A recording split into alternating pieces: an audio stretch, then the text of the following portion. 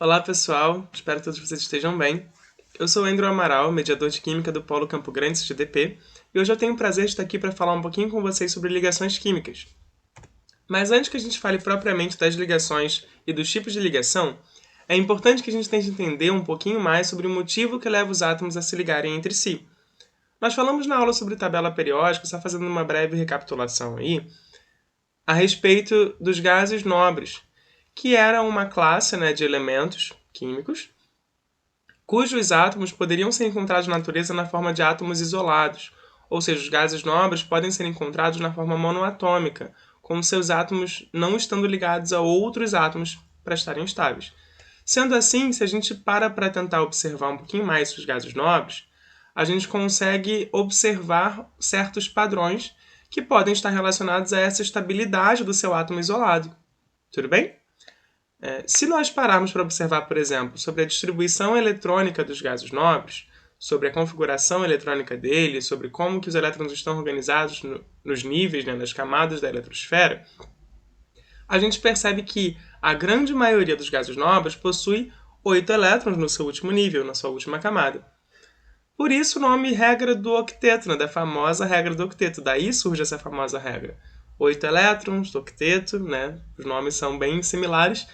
E a regra do octeto diz que, na verdade, os átomos eles precisam atingir a configuração eletrônica de um gás nobre para que eles sejam estáveis.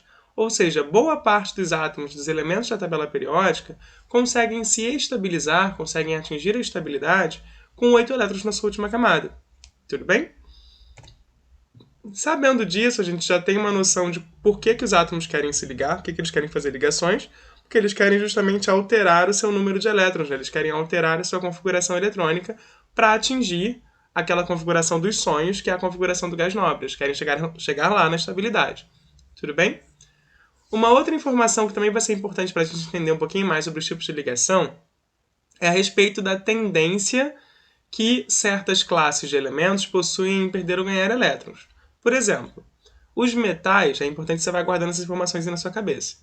Os metais possuem a tendência de perder elétrons, ok? Assim como os ametais e o hidrogênio, quando estão formando ligações, possuem a tendência a receber, a ganhar elétrons, beleza?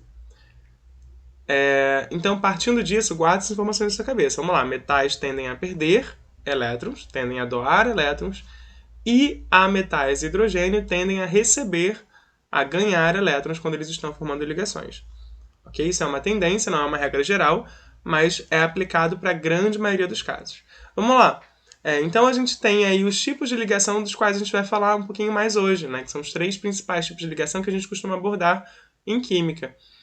A primeira delas é a ligação iônica, que acontece justamente entre um metal e um ametal, ou entre metal e hidrogênio, ou seja, sempre tem alguém que quer perder, que é o metal, e alguém que quer receber elétrons. A gente vai falar um pouquinho mais dela daqui a pouquinho, segurei essa informação. O segundo tipo é a ligação covalente, que acontece entre dois ametais, ou entre um ametal e hidrogênio, ou entre dois átomos de hidrogênio. Então aqui a gente só tem na ligação covalente elementos que, via de regra, que de um modo geral, querem ganhar, querem receber elétrons. E a gente vai falar como que essa dinâmica vai se dar também daqui a pouquinho. E por último, a gente tem a ligação metálica, em que a gente tem dois metais envolvidos, ok? Ou seja, dois átomos de um elemento químico que tende a perder elétrons de um modo geral. Então vamos lá, na ligação iônica, um que quer ganhar, um que quer perder, um metal e uma metal, ou um metal e hidrogênio. Na ligação covalente, dois que querem ganhar, a metal e hidrogênio, ou dois átomos de hidrogênio, e na ligação metálica, dois que querem perder, dois metais. Ótimo! Então vamos falar com mais detalhes agora sobre esses 3 tipos de ligação, começando pela ligação iônica. A ligação iônica recebe esse nome justamente porque quando ela se forma, a gente tem a formação de íons. Vamos lá, o que são íons mesmo, Andrew? Íons são aqueles átomos que ou perdem ou ganham elétrons e acabam ficando carregados, acabam adquirindo uma carga diferente de zero no fim das contas. Ok? Vamos tentar lembrar. Quando um átomo perde elétrons, lembra, os elétrons são negativos. Então eu perdi uma coisa negativa, eu fiquei positivo. Então eu formei um íon positivo, que a gente chama de cátion. Quando um átomo recebe elétrons, ele ganha elétrons, ele fica com mais elétrons do que ele tinha anteriormente, ele fica negativo, porque ele está ganhando coisas negativas. E aí a gente forma o íon de carga negativa, que a gente chama de ânion, ok? Então, na ligação iônica, a gente tem justamente esse processo acontecendo. Na ligação iônica, lembra que a gente falou que tem sempre um metal e um ametal, ou um metal e hidrogênio? Por quê? Porque o metal ele tende a perder, ele tende a ficar positivo, a formar cátions, e os ametais e os hidrogênios, nesse caso, da ligação iônica, eles vão tender a receber esse elétron que está sendo perdido. Eles vão formar os ânions, ok? Sendo assim, a gente tem o que a gente chama de uma doação, né, de elétrons, porque alguém quer perder, alguém quer ganhar, rola um match aí, né, rola uma troca. Então, esse elétron que é perdido, ele é cedido ao outro átomo que quer receber elétrons. Beleza? E com isso a gente forma dois íons, né, de cargas opostas. A gente tem justamente uma atração eletrostática. Lembra lá da atração eletrostática? Cargas opostas, né, se atraem, né? Positivo e negativo vão se atrair entre si. Ótimo! Então a gente tem que é justamente isso que está acontecendo na ligação iônica. A gente tem aqui uma pequena ilustração para a gente tentar entender melhor. A gente tem o átomo de sódio e um átomo de flúor. Nesse caso, nesse exemplo, está formando o fluoreto de sódio. E a gente tem que o 1 elétron da última camada do sódio, da último nível eletrônico do sódio, ele é cedido para o flúor para que os dois passem a ter 8 elétrons na sua última camada e assim consigam atingir a configuração eletrônica de um gás nobre. Assim, ambos conseguem atingir a configuração eletrônica de um gás nobre. Depois, com essa doação de elétrons, o sódio fica positivo, o flúor fica negativo, e aí eles se atraem pela atração eletrostática. Tudo bem? Outra coisa que é importante é que as ligações iônicas elas vão gerar compostos iônicos. A gente colocou alguns exemplos aqui, né? O fluoreto de sódio, que é justamente esse exemplo que a gente deu aqui nessa animação. O cloreto de sódio, que é o famosíssimo caso do sal de cozinha, né? O óxido de cálcio, que a gente vai falar um pouquinho mais quando a gente falar sobre funções inorgânicas, e por aí vai, a gente vai seguindo. Existe mais uma infinidade, né, de compostos que podem ser classificados como compostos iônicos. Ok, vamos lá. O segundo tipo de ligação é a ligação covalente, que é interpretada justamente, essa ligação pode ser interpretada justamente como um compartilhamento de elétrons. Vamos lá. Lembra que a gente falou que ligações covalentes ocorrem geralmente entre ametais, ou entre ametal e hidrogênio, ou entre dois átomos de hidrogênio. Por quê? Porque todo mundo quer ganhar elétrons. O que acontece? Quando você compartilha uma foto, por exemplo, na sua rede social, essa foto não deixa de ser sua, não é verdade? Você está compartilhando, mas ela continua sendo sua. Mas ela não é mais só sua, porque todos os seus amigos, os seus seguidores, eles conseguem ver aquela foto, conseguem ver aquela imagem, conseguem ver o lugar legal que você visitou, ou a comida legal que você fez, enfim, eles conseguem ter acesso a isso. Quando um átomo compartilha um elétron, a ideia é mais ou menos a mesma. Esse elétron ele não deixa de ser do átomo de origem, porque o átomo de origem não quer perder, tudo bem? Mas ele não vai ser mais só do átomo de origem, ele vai ser dos dois átomos envolvidos nessa ligação. Como assim, Andrew? A gente tem aqui um outro exemplo, que é o exemplo do gás oxigênio sendo formado. Repara, a gente tem o oxigênio azul aqui, o oxigênio representado em vermelho aqui, e esses elétrons aqui da meiuca, né, do meio dos dois átomos, repara, a gente tem uma linha verde que circula, né, dois pares, circula primeiro esse par de cima, depois circula o par de baixo, e aí esses dois pares são substituídos por duas linhas, né, mostrando justamente a formação de uma ligação dupla entre os dois átomos de oxigênio, ok? Esses pares de elétrons aqui que a gente está circulando, eles na verdade não são mais nem do oxigênio em azul, nem do oxigênio vermelho. Tanto é que eu tentei representá-los em verde para a gente ver que eles passaram a ser algo que está para além do azul e vermelho, né? Agora eles são dos dois. Eles são tanto do azul como do vermelho. Tudo bem? Beleza? E aí, essa ligação covalente ela vai formar compostos moleculares, ela vai formar moléculas, como por exemplo a molécula do gás oxigênio, a molécula do ácido clorídrico, do gás hidrogênio, de gás carbônico, molécula de água e por aí vai. Também tem uma infinidade de moléculas que a gente pode aqui falar sobre elas. Ok? E por último, mas não menos importante, a gente vai se ater um pouquinho menos aqui nesse tipo de ligação, mas também é importante que vocês tenham uma dimensão a respeito dela. Já foi tópico, inclusive, de vestibular nos últimos anos, que é a ligação metálica. Quando a gente fala da ligação metálica, a teoria que é usada para explicar a ligação metálica é a teoria do mar de elétrons. Como assim, Andrew? A gente também tem uma animação aqui para tentar exemplificar isso. Nessa teoria do mar de elétrons, a gente tem os cátions, né, metálicos fixos aí nessa rede, ok? Como se fosse uma rede cristalina, digamos assim. É uma rede com vários cátions ligados entre si.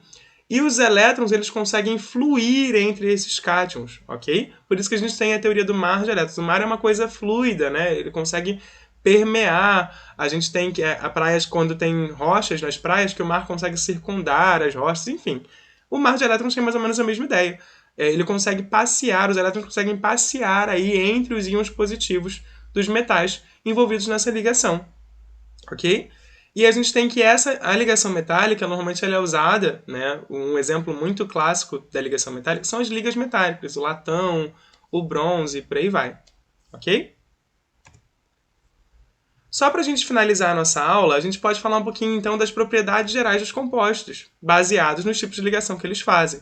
Por exemplo, compostos que são formados a partir da ligação metálica predominantemente, eles conseguem conduzir eletricidade no estado sólido. Lembra que os elétrons eles estão soltos? Normalmente a gente atribui a esse mar de elétrons a capacidade dos metais de conseguir transmitir, né, de conseguir conduzir eletricidade. Ok? Beleza? E como eles já conduziam no estado sólido, no estado líquido, né, quando eles estão fundidos ou quando eles estão em solução, isso também vai acontecer, né? Eles também conseguem conduzir aí, quando eles estão em fase líquida, eles conseguem conduzir eletricidade tranquilamente. O ponto de fusão e ebulição, de um modo geral, né? Repara, a gente está fazendo aqui generalizações. Então, de um modo geral, não é regra absoluta, né, para todos os casos, mas de um modo geral, na grande maioria dos casos, os pontos de fusão e de ebulição são bastante altos quando a gente está falando de compostos metálicos, ok? Tanto é que a gente tem, né, aquelas siderúrgicas que realmente chegam a temperaturas altíssimas nos fornos de fundição para que a gente consiga fundir os metais que estão sendo trabalhados ali. Quando a gente tem compostos iônicos formados a partir de ligação iônica, a gente muda um pouquinho esse nosso perfil. A gente passa a não conduzir mais a eletricidade no estado sólido, porque agora os elétrons não estão mais tão livres quanto eles estavam nos compostos metálicos, ok? Mas quando a gente funde esse composto iônico, ou quando a gente solubiliza ele, né, em algum solvente, normalmente a gente utiliza água para isso, ele passa a conseguir conduzir eletricidade. Lembra que a gente tinha íons positivo e negativo, né, cátions e ânions envolvidos aí no composto iônico? Quando a gente passa para a fase líquida, né, seja fundindo ou seja solubilizando esse composto, a gente faz com que essas cargas consigam agora se movimentar. Então, há agora uma possibilidade de condução de corrente elétrica. Tudo bem? E por via de um modo geral também, a gente tem que o ponto de fusão e de ebulição desses compostos iônicos também são bastante altos. Porque a gente tem que lembrar, cargas opostas estão ali se atraindo muito fortemente. Então, para que a gente consiga separar e consiga diminuir o estado de agregação, né, dessas substâncias, a gente vai precisar dar bastante energia. Por isso que a gente tem os pontos de fusão e de ebulição bastante altos. Beleza? E por último, mas não menos importante, tem os compostos moleculares, que são formados principalmente por ligações covalentes. Esses compostos não conduzem eletricidade nem no estado sólido, nem em fase líquida, né, nem quando eles são fundidos ou em solução, porque a gente não tem a formação de cargas pronunciadas, digamos assim, quando a gente está formando compostos moleculares. E eles têm, em comparação com, né, os compostos iônicos e compostos metálicos, pontos de fusão e ebulição baixos, relativamente falando. Claro, a gente tem compostos covalentes, compostos moleculares, que fundem a 200 graus Celsius, né, quase 200 graus Celsius, mas de um modo geral isso é bastante menor do que os 800 graus Celsius dos compostos iônicos e da temperatura muito maior ainda dos compostos metálicos. Então, de um modo geral, a gente consegue entender um pouquinho mais sobre as propriedades dos compostos analisando essa tabela aqui, só para que vocês não esqueçam. Tudo bem? Então é isso, gente. Lembrando que vocês não devem guardar as dúvidas, né? Porque caso tenha surgido dúvida, procure o mediador de química do polo de vocês. Eu tenho certeza que eles vão estar super disponíveis e vão ficar super felizes com esse retorno. E bons estudos para vocês. Um abraço. Até a próxima.